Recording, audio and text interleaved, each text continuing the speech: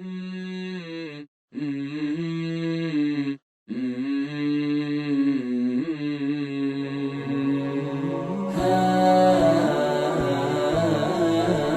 الرحمن الرحيم. بسم الله والحمد لله والصلاة والسلام على رسول الله.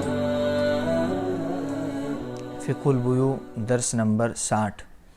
عنوان نمبر 140. الشرط الثالث أن يكون المبيع موجودا، والشرط الثالث لصحة البيع في غير السلم والاستصناع أن يكون المبيع موجودا، وهذا شرط لانعقاد البيع فلا ينعقد بيع المعدوم. تیسری شرط یہ ہے کہ مبیع موجود ہو. سلم اور استثناء کے سوا میں بے کے صحیح ہونے کے لیے تیسری شرط یہ ہے کہ مبیع موجود ہو، اور یہ انعقاد بے کے لیے شرط ہے. اس وجہ سے معدوم کی یعنی جو چیز نہ ہو، موجود نہ ہو، اس کی بے منعقد نہیں ہوگی. اور اصل اس میں یہ ہے کہ رسول اللہ صلی اللہ علیہ وسلم نے حمل کی بے سے منع فرمایا ہے. اور اسی طرح جو چیز عدم کے خطرے پر ہو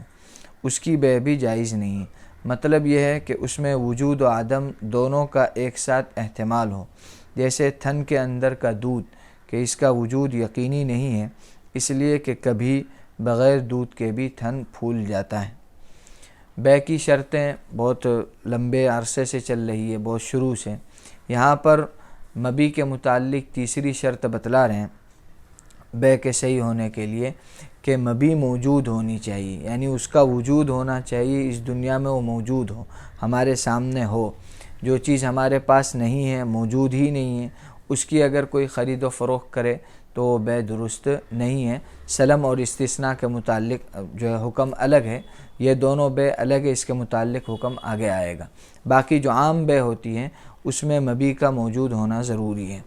مبیع کا موجود ہونا اور یقینی طور پر موجود ہونا. بعض مرتبہ ایسی سچویشن اور صورتحال ہوتی ہے کہ بھئی دونوں بات ہوتی ہے، اس میں ڈاؤٹ فل ہوتا ہے کہ ہو سکتا ہے مبیع ہو سکتا ہے نہ ہو. جیسے بھئی ہم جانور کے تھن میں اگر دودھ کی بے کریں، بھائی اس بکری کے تھن میں جتنا دودھ ہے وہ تجھے 100 روپے میں دے دیا. اب ہو سکتا ہے کہ اس تھن میں دودھ ہی نہ ہو، صرف گیس اور ہوا بھری ہو، کبھی یہ بھی ہو سکتا ہے. یہ بھی صحیح نہیں ہے. بے کے صحیح ہونے کے لیے بے کا وجود اور یقینی وجود جس میں کسی طرح کا ڈاؤٹ اور شک نہ ہو، یہ ضروری ہے.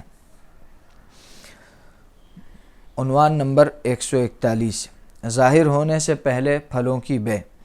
اسی وجہ سے پھلوں کے ظاہر ہونے سے پہلے ان کی بے جائز نہیں ہے سوائے بے سلم کے طریق کے، اس لیے کہ وہ معدوم کی بے ہے اور کوئی اس کے جواز کا قائل نہیں ہے اگرچہ اس کا تعامل جاری ہو جائے. اور اصل اس میں حضرت جابر رضی اللہ تعالیٰ عنہ کی روایت ہے کہ رسول اللہ صلی اللہ علیہ وسلم نے بیع معاومہ سے منع فرمایا ہے، اور اس سے مراد کسی ایک یا کئی مخصوص درختوں پر لگے ہوئے پھلوں کو 1 سال یا اس سے زیادہ مدت کے لیے بیچ دینا ہے. اور یہ حرام اس وجہ سے ہے کہ یہ بیع غرر ہے، دھوکے کی بے ہے. اس لیے کہ جو چیز اب تک اللہ تعالیٰ نے پیدا نہیں فرمائی ہے اس کی بے ہے، اور اسے بیع سنین بھی کہا جاتا ہے، جیسا کہ مسلم اور ابو داود کی بعض روایات میں آیا ہے. ایک چیز ہے جس کا مارکیٹ میں چلن ہے، رواج ہے کہ آدمی کے پاس اگر درخت ہیں تو درختوں پر پھل آنے سے پہلے ہی وہ پھلوں کی بے کر دیتا ہے، اس کی سیلنگ کر دیتا ہے. بھائی مثال کے طور پر میرے پاس 5 درخت ہیں، اب 5 درخت پر ابھی پھل آئے نہیں ہیں، لیکن میں کسی آدمی سے سودا کر لیتا ہوں کہ 1 سال کے اندر ان 5 درختوں پر جتنے بھی پھل آئے وہ تمہارے، اور بدلے میں مثال کے طور پر تمہیں مجھے 10,000 روپے 20,000 روپے دینے ہیں. وہ دے دے اور سال بھر جتنا بھی پھل آئے گا وہ اس کا. تو یہ بے جائز نہیں ہے. رسول اللہ صلی اللہ علیہ وسلم نے اس سے منع فرمایا، اس لیے کہ اس میں وہی دھوکہ ہے. سال بھر میں درختوں پر پھل کتنے آئیں گے کتنے نہیں آئیں گے کچھ پتہ نہیں ہے، اور ابھی جن پھلوں کو بیچا جا رہا ہے ان کا وجود ہی نہیں ہے. تو ان کا وجود ہونا یہ ضروری ہے. یہ معدوم کی بے ہے، اس لیے جائز نہیں ہے. لیکن اگر پھل ظاہر ہو جائے اس طور پر کہ کھانے یا جانوروں کے چارے میں اس سے انتفاع ممکن ہو تو اس کی بے بالاتفاق جائز ہے. اور اگر پھل تو ظاہر ہو جائے لیکن ابھی اس سے انتفاع ممکن نہیں ہے، یہاں تک کہ جانوروں کے چارے کے طور پر بھی نہیں، تو تو اس میں مشائخ حنفیہ کا اختلاف ہے۔ قاضی خان نے عام مشائخ کے حوالے سے لکھا ہے کہ اس کی بیع بھی جائز نہیں، لیکن ابن الحمام رحمہ اللہ نے اسے درست قرار دیا ہے، اس لیے کہ یہ ایک ایسا مال ہے جس سے دوسری حالت میں انتفاع ہو سکتا ہے، گو فی الحال اس سے انتفاع نہ ہو۔ اور لگتا یہ ہے کہ ائمہ ثلاثہ کا بھی یہی مذہب ہے، اس لیے کہ ان حضرات نے بدوء صلاح سے قبل پھلوں کو بیچنے کی مطلقاً اجازت دی ہے، کاٹنے کی شرط کے ساتھ، اور انہوں نے یہ شرط نہیں لگائی ہے کہ اس سے انتفاع ہو سکتا ہو۔ اب یہاں دوسری شکل بیان کر رہے ہیں کہ درختوں پر پھل آ گئے، پھل کا وجود ہو گیا، لیکن وہ بالکل ابتدائی اس میں ہے، پہلے مرحلے میں ہے، اور ان کی بالکل ابھی گویا اسٹارٹنگ ہوئی ہے، شروعات ہوئی، تو دیکھا جائے گا کہ وہ اتنے بڑے ہو گئے ہیں کہ وہ انسان یا جانوروں کے کام آ سکتے ہیں یا نہیں آ سکتے ہیں۔ اگر وہ انسان یا جانوروں کے کام آ سکتے ہیں تو ان کی بیع بالاتفاق جائز ہے، اس میں کوئی مسئلہ نہیں ہے۔ اس کو کہتے ہیں بدوء صلاح، صلاح ظاہر ہو جانا۔ اور اگر وہ اس قابل نہیں ہوئے کہ اس کو کوئی انسان کھائے یا کوئی جانور کھائے، بالکل ابتدائی مرحلے میں چھوٹے چھوٹے اس کے دانے ہیں بس، لیکن وہ ظاہر ہو گئے ہیں، تو اس کی بیع درست ہے یا نہیں ہے، اس میں مشائخ حنفیہ کے یہاں اختلاف ہے۔ ابن الحمام رحمۃ اللہ علیہ نے جواز کو راجح قرار دیا ہے، اور ائمہ ثلاثہ کا یہاں بھی اس کا جواز ملتا ہے۔ آگے اور تفصیل آ رہی ہے۔ اگر درخت یا باغ کے تمام پھل ایسے وقت میں بیچ دیے جائیں جبکہ کچھ پھل ظاہر ہوئے ہیں اور بعض ظاہر نہیں ہوئے ہیں تو اس میں اختلاف ہے۔ شافعیہ اور حنابلہ فرماتے ہیں کہ بیع صرف ان پھلوں کی درست ہوگی جو ظاہر ہو چکے ہیں، اور یہی حنفیہ کا ظاہر مذہب ہے، اس لیے کہ جو پھل ابھی پیدا نہیں ہوئے وہ معدوم ہیں۔ لیکن شمس الائمہ حلوانی رحمہ اللہ نے فتویٰ دیا ہے کہ اگر اکثر پھل پیدا ہو چکے ہوں تو سب کی بیع جائز ہو جائے گی، اور امام فضلی رحمۃ اللہ علیہ نے بھی اسی پر فتویٰ دیا ہے، بلکہ ان کی عبارت سے ظاہر ہوتا ہے کہ وہ اکثر پھلوں کے پیدا ہونے کو بھی شرط قرار نہیں دیتے،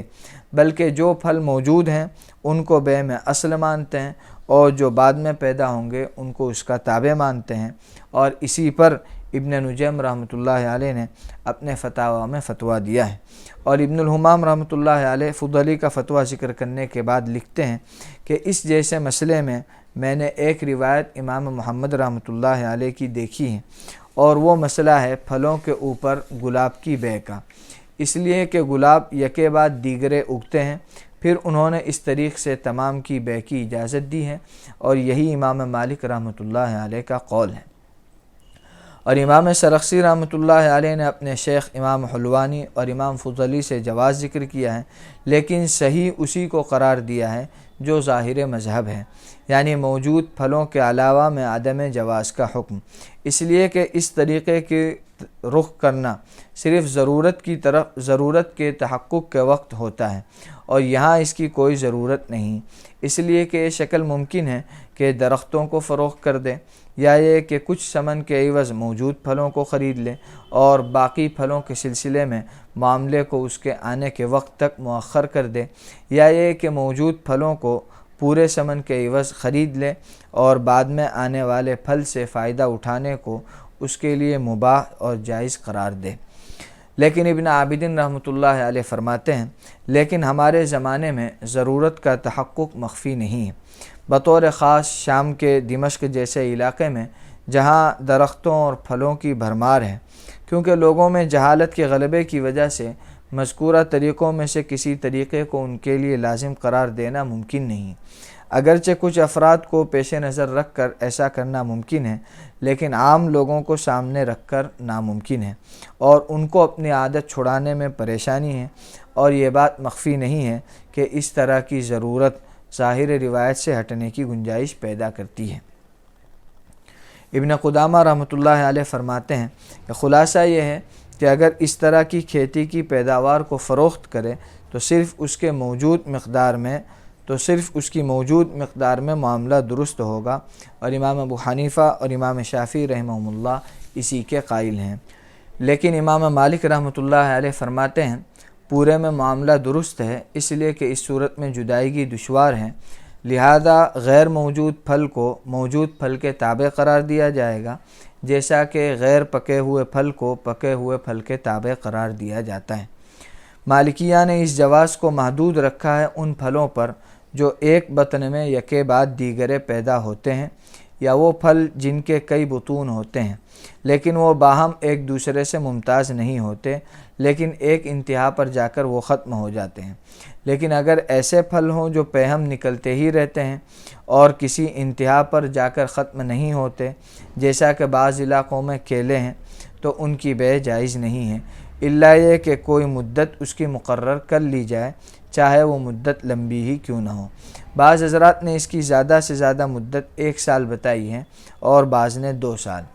ظاہر یہ ہے کہ حنفیہ میں سے جنہوں نے اس کی اجازت دی ہے ان کا مقصد بھی یہی ہے کہ ایک بطن میں آنے والے پھل، لیکن جو پھل مختلف بطون میں ظاہر ہوتے ہیں ان کی اجازت نہیں، اور جو 1 سال سے بھی زیادہ مدت میں پیہم نکلتے رہتے ہیں تو ظاہر یہ ہے کہ اس میں بیع سنین والی بات ہے، لہذا اس کے جواز کا قول مناسب نہیں ہے۔ واللہ سبحانہ وتعالی عالم۔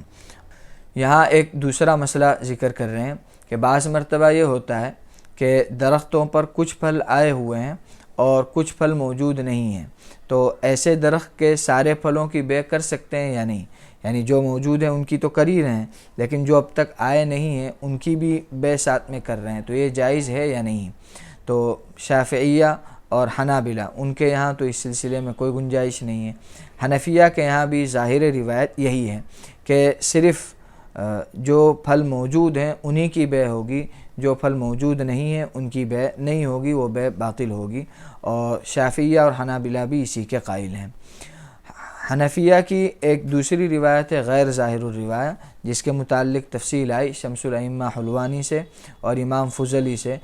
شمس الائمہ حلوانی رحمۃ اللہ علیہ نے اکثر کی قید لگائی ہے کہ اگر اکثر پھل آ گئے ہیں کچھ نہیں آئے ہیں تو اسے بیچ سکتے ہیں، اور جو کم ہیں ان کو تابع مان لیا جائے گا، اور تابع مانتے ہوئے معدوم کی بیع درست ہوتی ہے۔ اور امام فضلی رحمۃ اللہ علیہ نے تو اکثر کی بھی قید نہیں لگائی ہے، اور مطلقاً انہوں نے موجود کے ساتھ معدوم یعنی جو ابھی نہیں ہیں ان کی بیع کو جائز قرار دیا ہے۔ علامہ شامی رحمۃ اللہ علیہ فرماتے ہیں کہ آج کے زمانے میں شام وغیرہ میں اس کی ضرورت پائی جاتی ہے، لوگوں کو مسائل معلوم نہیں ہیں اور ہم سب کو یہ مسئلہ بتائیں اور یہ شکلیں بتائیں یہ بھی ممکن نہیں ہے، اس لیے عوامی ضرورت کو سامنے رکھتے ہوئے اگر غیر ظاہر الروایہ پر یعنی جواز کا فتویٰ دیا جائے تو گنجائش ہے، دیا جا سکتا ہے۔ یہ تو حنفیہ کا مسلک ہوا۔ مالکیہ کے یہاں تابع مانتے ہوئے گنجائش ہے، مطلقاً جائز ہے، جیسے پکے ہوئے پھل ہیں، غیر پکے ہوئے پھل کو ان کے تابع مان کر بیچا جا سکتا ہے، تو اسی طرح جو پھل ابھی موجود ہیں ان کے تابع مانتے ہوئے جو موجود نہیں ہیں ان کو بھی ساتھ میں بیچا جا سکتا ہے۔ لیکن ظاہر ہے کہ ان پھلوں کی مدت کیا ہے، یعنی کب تک یہ بیچے گئے ہیں، کب تک ان کی بیع سمجھی جائے گی، تو اس سلسلے میں بتلا رہے ہیں کہ جو ایک بطن سے یعنی ایک بیج سے جو آئے ہیں، ایک مرتبہ بیج ڈالنے سے جو اگے ہیں ایک مرتبہ میں، تو صرف وہ شامل ہوں گے، وہ مراد ہوں گے، یا وہ ایک ساتھ جو آ کر کے ان کی ایک لمٹ پوری ہو جاتی ہے۔ بھائی جیسے کیلا ہے تو وہ سال میں 2-3 بار لگاتار آتا ہے مہینے کے وقفے سے، اس کے بعد وہ اسٹاپ ہو جاتا ہے، پھر اب اگلے سال آئے گا، تو وہ جو اس کی مدت پوری ہو جائے گی تو ایک معاملہ پورا ہو جائے گا۔ ایسا نہیں ہے کہ بھائی لائف ٹائم جب تک درخت پر پھل آتے رہیں وہاں تک وہ جو ہے بیع سمجھی جائے گی اور وہ اس کا مالک رہے گا، ایسا نہیں ہے، بلکہ ایک مرتبہ میں جتنے پھل آتے ہیں یا اگر 2-3 مرتبہ مسلسل آتے ہیں تو پھر وہ مسلسل جتنے آئے ہیں وہ سب مل کر کے ایک شمار ہوں گے اور اس کے بعد یہ معاملہ ختم ہو جائے گا۔ عنوان نمبر 142، بیع کے بعد پھلوں کو درختوں پر چھوڑے رکھنے کا مسئلہ۔ ظہور کی تفسیر میں اختلاف کے ساتھ ظہور کے بعد پھلوں کی بیع کے جواز میں تفصیل ہے کہ اگر بیع اس شرط کے ساتھ ہو کہ بیع کے بعد بائع پھل توڑ کر دے دے گا یعنی کاٹ لے گا اس کو، تب تو اس کے جواز میں کوئی اختلاف نہیں ہے، لیکن اگر ظہور کے بعد صلاح کے ظاہر ہونے سے پہلے پھل بیچ دیے جائیں اور بائع نے یہ شرط نہیں لگائی کہ مشتری انہیں توڑ لیں،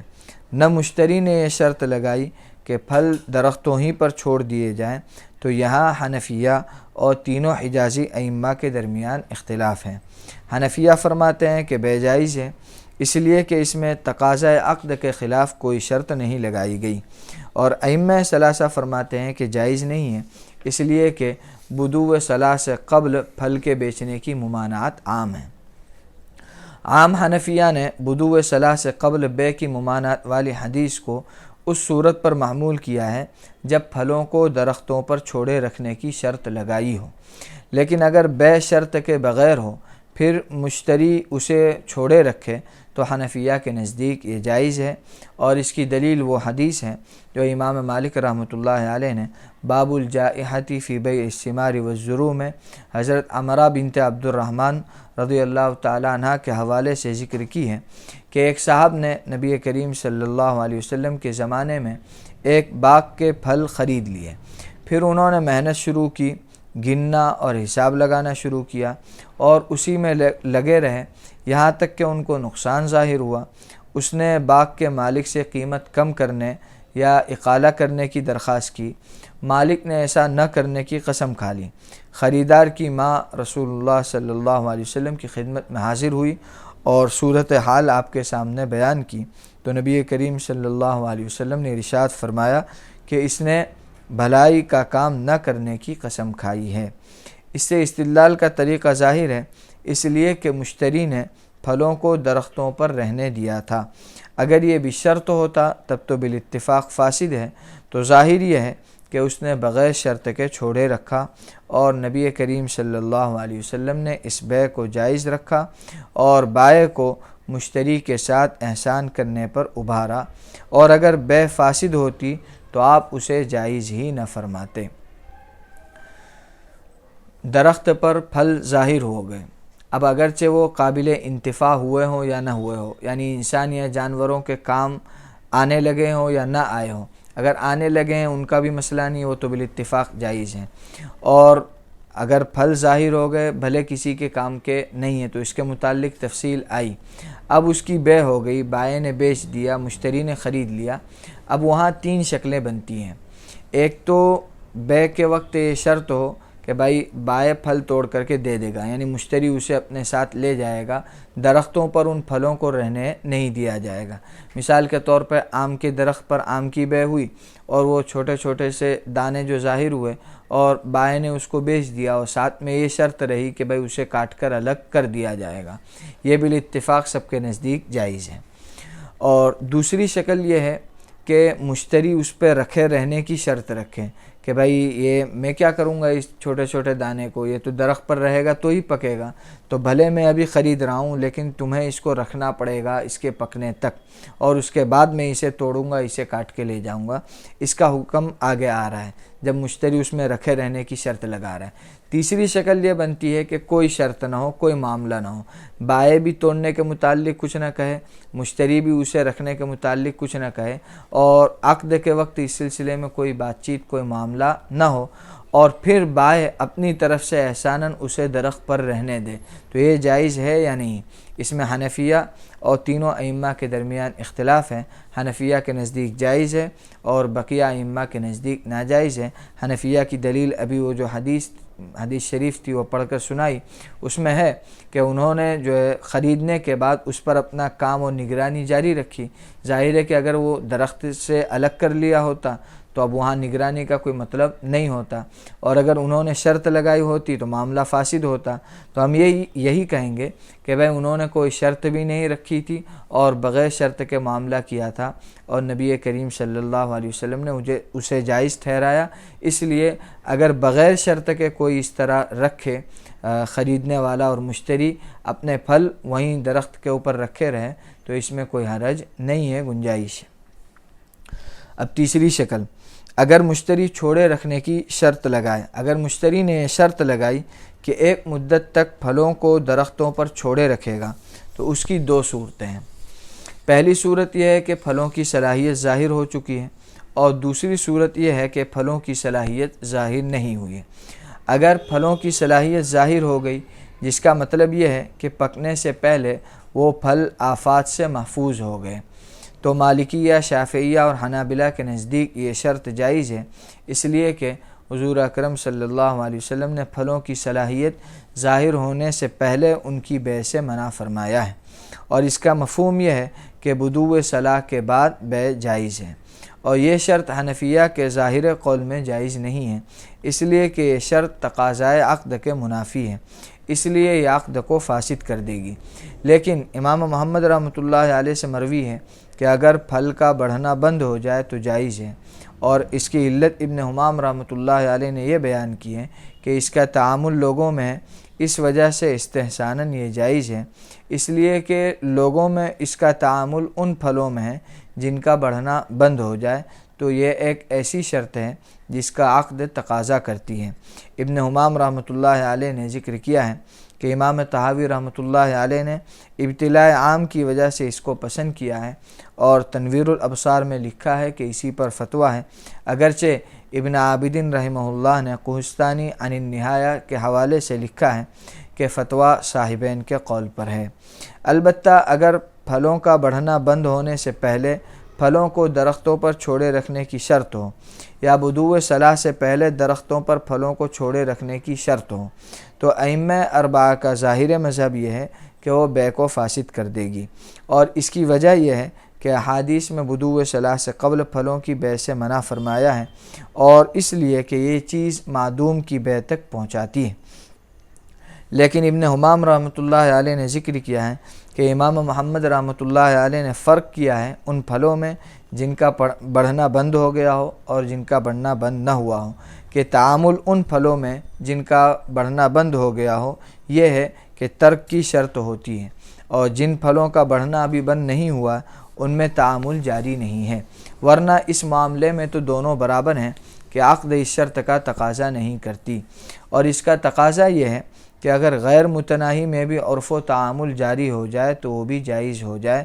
اس لیے کہ شرط کے جائز ہونے کے معاملے میں عرف حادث بھی معتبر ہے، جیسا کہ ابن عابدین رحمۃ اللہ علیہ نے شرط فاسد کی بحث میں فرمایا ہے، اور اسی پر امام تھانوی رحمۃ اللہ علیہ نے یہ مسئلہ نکالا ہے کہ اگر پھلوں کو درختوں پر چھوڑے رکھنے کی شرط لگانے کا عرف ہو جائے تو عرف کی وجہ سے یہ شرط درست ہے، اور ہمارے شیخ مفتی رشید احمد لدھیانوی رحمۃ اللہ علیہ نے اپنے فتاویٰ میں یہی فتویٰ دیا ہے۔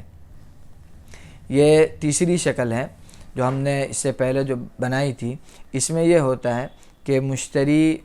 پھلوں کے جو ہے درختوں پر رکھے رہنے کی شرط رکھتا ہے کہ بھئی نہیں، میرے پھل اسی درختوں پر رہنے چاہیے، جب پورے ہو جائیں گے اس کے بعد میں اس کو کاٹوں گا۔ تو اب اس سلسلے میں دو صورتیں ان کی بیان کی، ایک تو یہ ہے کہ وہ آفات سے محفوظ ہو جائے، یعنی اب اتنے بڑے ہو جائیں کہ ہوا ہے یا طوفان ہے یا بارش کی وجہ سے وہ ضائع نہ ہو سکے بلکہ تھوڑے بڑے ہو جائیں، اور دوسری شکل یہ ہے کہ پھلوں کی صلاحیت ظاہر ہی نہ ہوئی ہو۔ تو اگر پہلی شکل ہے پھلوں کی صلاحیت ظاہر ہو گئی، یعنی وہ آفات سے اور بلیات سے محفوظ ہو گئے، تو ائمہ ثلاثہ کے نزدیک اس شرط کی گنجائش ہے، اور وہ اس شرط کو تقاضۂ عقد میں داخل مانتے ہیں، اور ان کے یہاں اس کی گنجائش ہے۔ حنفیہ کا اصول یہ ہے کہ یہ شرط عقد کے تقاضے کے خلاف ہے، اس لیے کہ عقد کے بعد تقاضا یہ ہے کہ مشتری اپنی ملکیت کی چیز کو بائع کی چیز سے الگ کر دیں، درخت بائع کا ہے، بیچنے والے کا ہے، اور پھل خریدنے والے کے ہیں، خریدنے والا اپنا پھل لے جائے جہاں لے جانا ہے، دونوں کی ملکیت الگ الگ ہو جانی چاہیے۔ تو مشتری کا یہ شرط رکھنا کہ نہیں میرے پھل یہیں رہنے چاہیے، یہ عقد کے تقاضے کے خلاف ہے، اس لیے شرط فاسد ہے جس سے معاملہ فاسد ہوگا۔ لیکن امام محمد رحمۃ اللہ علیہ کی ایک روایت ہے کہ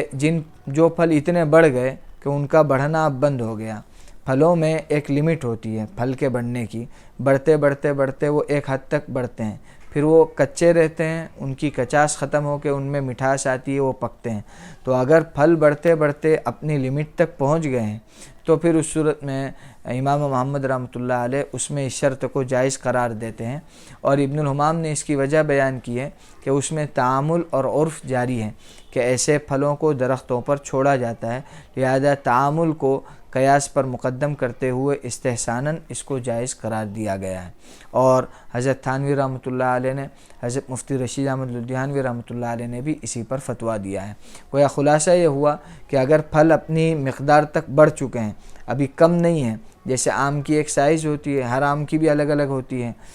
جو بعض ہیں وہ بالکل چھوٹے رہتے ہیں ان کی مقدار، اور بعض جو ہیں وہ بہت بڑے ہو جاتے ہیں۔ تو پھل اگر اپنی مقدار تک پہنچ جائے اور پھر اس کے بعد یہ چھوڑے رکھنے کی شرط ہو تو اس میں گنجائش ہوگی۔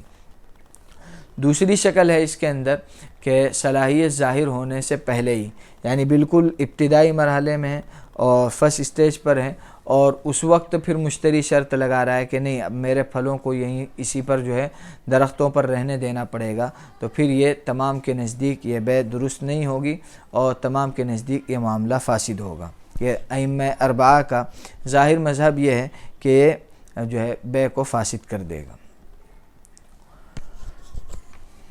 آگے حدیث شریف پر اشکال اور اس کا جواب بیان کر رہے ہیں۔ اس پر یہ اشکال ہوتا ہے کہ پھل توڑنے کی شرط سے بیع بالاجماع جائز ہے اور بغیر کسی شرط کے حنفیہ کے نزدیک جائز ہے۔ اب اگر عرف کی بنیاد پر ترک کی شرط کے ساتھ بھی بیع جائز ہو جائے تو اس حدیث کا تو کوئی محمل ہی باقی نہیں رہے گا جس میں بدوء صلاح سے قبل پھلوں کو بیچنے سے منع کیا گیا ہے، اور یہ بات طے ہو چکی ہے کہ عرف نص کے لیے مخصص تو بن سکتا ہے لیکن ناسخ نہیں بن سکتا۔ اس کا یہ جواب دیا جا سکتا ہے کہ جن احادیث میں بدوء صلاح سے قبل پھل بیچنے کی ممانعت آئی ہیں ان کی علت یہ بیان کی گئی ہے کہ یہ معاملہ جھگڑے تک پہنچانے والا ہے، اور جہاں عرف و تعامل کی وجہ سے جھگڑے کا احتمال ختم ہو گیا تو وہاں علت مانعہ بھی ختم ہو گئی۔ اور یہ جواب بھی دیا جا سکتا ہے کہ ممانعت ارشاد اور تنزیہ پر محمول ہے، تحریم پر نہیں، اور اس کی دلیل بخاری کے حضرت زید بن ثابت رضی اللہ تعالیٰ عنہ کی روایت ہے۔ فرمایا رسول اللہ صلی اللہ علیہ وسلم کے زمانے میں لوگ پھل خرید لیتے تھے، پھر جب کٹائی اور تقاضے کا وقت آتا تو خریدار کہتا کہ پھل کو تو دمان کی بیماری لگ گئی، امراض کی بیماری لگ گئی، کشام کی بیماری لگ گئی۔ تو نبی کریم صلی اللہ علیہ وسلم کے پاس جب ایسے جھگڑے بکثرت آنے لگے تو آپ نے فرمایا کہ اگر تم کو جھگڑے ہی کرنے ہیں تو پھر ایسا کرو کہ بدوء صلاح سے پہلے خرید و فروخت ہی مت کرو۔ یہ بات آپ نے جھگڑوں کی کثرت کی وجہ سے ایک مشورے کے طور پر فرمائی تھی۔ واللہ سبحانہ وتعالی عالم۔ اصل میں اس میں ایک اشکال ہوتا تھا جس کا جواب یہاں سمجھایا گیا ہے۔ اشکال سے پہلے وہ روایت جو اوپر آئی کہ نبی کریم صلی اللہ علیہ وسلم نے بدوء صلاح سے، یعنی وہی صلاحیت ظاہر ہونے سے پہلے جب تک پھل محفوظ نہ ہو جائے اس سے پہلے بیچنے سے منع فرمایا ہے۔ حنفیہ نے اس میں اس حدیث کو محمول کیا ہے شرط لگانے پر کہ اگر بدوء صلاح سے پہلے بیچا جائے اور مشتری اپنے پھل درختوں پر رکھے رہنے کی شرط لگائے تو حدیث شریف جو ہے وہاں پر صادق آئے گی، اور حدیث شریف کا محمل وہی صورت ہے۔ اور دوسری بات اس کے بعد آئی کہ اگر عرف کی وجہ سے کسی شرط کا تعامل ہو جائے اور عرف ہو جائے تو پھر جائز ہو جاتا ہے۔ تو اس صورت میں اشکال یہ ہوگا کہ یہ تو عرف کی وجہ سے حدیث کا محمل ہی ختم ہو گیا، یعنی حدیث کا مصداق پایا ہی نہیں جائے گا، اور عرف کی وجہ سے ایک عام مسئلے میں تخصیص تو ہو سکتی ہے، خاص تو ہو سکتا ہے، لیکن مسئلہ بالکل ختم ہو جائے ایسا نہیں ہو سکتا۔ عرف حدیث کو منسوخ نہیں کر سکتا ہے، تو آپ کے اس عرف کی وجہ سے تو اس حدیث پر عمل ہی باقی نہیں رہے گا۔ تو اس کا جواب دیا ہے، یہاں پر دو جواب دیے ہیں۔ ایک جواب تو دیا ہے کہ اس حدیث میں علت یہ بیان کی گئی ہے کہ یہ بات جھگڑے تک پہنچانے والی ہے، تو ظاہر ہے کہ جب عرف ہو جائے گا تو اس صورت میں جھگڑا نہیں ہوگا، تو جو آپ کی ممانعت کی علت تھی وہ نہیں پائی گئی تو ممانعت پائی نہیں جائے گی۔ یہ پہلا جواب ہوا۔ اور دوسرا جواب یہ ہے کہ آپ کی یہ جو ممانعت ہے بطور مشورہ ہے، بطور ارشاد ہے، بطور شرعی حکم نہیں ہے، اور اس کی دلیل آئی بخاری شریف سے کہ لوگوں کے اس طرح کے جھگڑے حضور اکرم صلی اللہ علیہ وسلم کے پاس بکثرت آنے لگے، بہت آنے لگے، تو آپ نے فرمایا کہ بھئی اگر اس طرح کا معاملہ ہے تو پھر بدوء صلاح سے پہلے بے ہی مت کرو۔ تو آپ نے جھگڑوں کو ختم کرنے کے لیے یہ بات ارشاد فرمائی، اس لیے ہم اس کو کراہت تنزیہ پر محمول کر سکتے ہیں۔ عنوان نمبر 143، قبضے سے پہلے استثناء کے محل کی بیع۔ جس شخص نے کسی چیز کی بیع سلم کی تو اس کے لیے جائز نہیں ہے کہ مسلم الیہ کے پاس سے اسے وصول کرنے سے قبل اسے بیچے۔ اسی طرح جس نے دوسرے سے کوئی چیز بنوائی تو اس کے لیے صانع کے پاس سے اس پر قبضہ کرنے سے قبل اسے بیچنا جائز نہیں ہے، اس لیے کہ وہ یا تو معدوم ہے یا بائع کی ملکیت میں نہیں ہے۔ اسی پر یہ مسئلہ متفرع ہوتا ہے کہ جس نے کسی زیر تعمیر عمارت میں کوئی فلیٹ بک کرایا یا عمارت کی ڈیزائن تو تیار ہو چکی ہے لیکن ابھی عمارت نہیں بنی ہے، تو یہ استثناء کے حکم میں ہے۔ بنوانے والے کے لیے یہ جائز نہیں ہے کہ یہ فلیٹ صانع کے پاس سے قبضہ حاصل کرنے سے پہلے کسی تیسرے کو بیچے، اس لیے اگر صانع نے تعمیر شروع نہیں کی ہے تو یہ بیع معدوم ہے، اور اگر صانع نے تعمیر شروع کر دی ہے تو خریدا ہوا فلیٹ صانع کے پاس سے حاصل کرنے سے قبل مستثنی کی ملکیت میں نہیں ہے، اور نہ بیع معدوم جائز ہے اور نہ ایسی چیز کی بیع جائز ہے جس کا انسان مالک نہ ہو، اور انشاءاللہ باب الاستثناء میں اس پر مفصل کلام آئے گا۔ یہاں اس سلسلے میں ایک بات کر رہے ہیں کہ ایک ہے بیع سلم اور ایک ہے بیع استثناء۔ بیع سلم میں یہ ہوتا ہے کہ آدمی رقم کیش دیتا ہے، پیسہ پہلے دیتا ہے اور سامان بعد میں لیتا ہے۔ میں کسی کو 1000 روپیہ دوں دکاندار کو اور کہوں کہ مجھے 20 کلو چاول اگلے مہینے دینا آپ، تو میں نے ثمن اور قیمت کیش دے دیا اور سامان بعد میں لیا۔ اور استثناء میں آرڈر دینا ہوتا ہے، آرڈر دے کر مال تیار کیا جاتا ہے، جیسے اینٹیں بنواتے ہیں، کپڑے بنواتے ہیں ٹیلروں کے پاس اور اس طرح کی چیزیں، تو آرڈر دے کر جو چیزیں تیار کی جائے وہ ہے استثناء۔ تو اگر کسی آدمی نے کوئی چیز میں بیع سلم کی ہو، اب اس کی تفصیلات وغیرہ آگے آئے گی بیع سلم کب درست ہے کب نہیں، تو اگر کسی نے بیع سلم کی ہو یا بیع استثناء کی ہو تو جب تک وہ چیز اسے نہ مل جائے، قبضہ نہ آ جائے، وہاں تک وہ اسے آگے بیچ نہیں سکتا ہے، اس لیے کہ جب تک قبضہ نہیں ہوگا وہاں تک دو شکلیں ہوگی، یا تو ابھی وہ چیز بائع کے پاس بھی نہیں ہوگی، تو بائع کے پاس ہی نہیں ہے تو بیع معدوم ہے، اس کا وجود ہی نہیں ہے، یا اگر مان لیجئے بائع کے پاس تو آ گئی لیکن اس کے پاس نہیں آئی تو قبضہ نہیں ہوا، اور بیع قبل القبض کی بھی اجازت نہیں ہے۔ اب جیسے بلڈر سے ہم مکان خریدتے ہیں، بلڈر لوگ کیا کرتے ہیں، خالی زمین پر وہ نقشہ بنا کر بلڈنگ کی ایک ڈیزائن بنا کر کے وہ مکانات بیچنا شروع کر دیتے ہیں۔ اب ایک آدمی نے اس میں اپنا فلیٹ بک کروایا،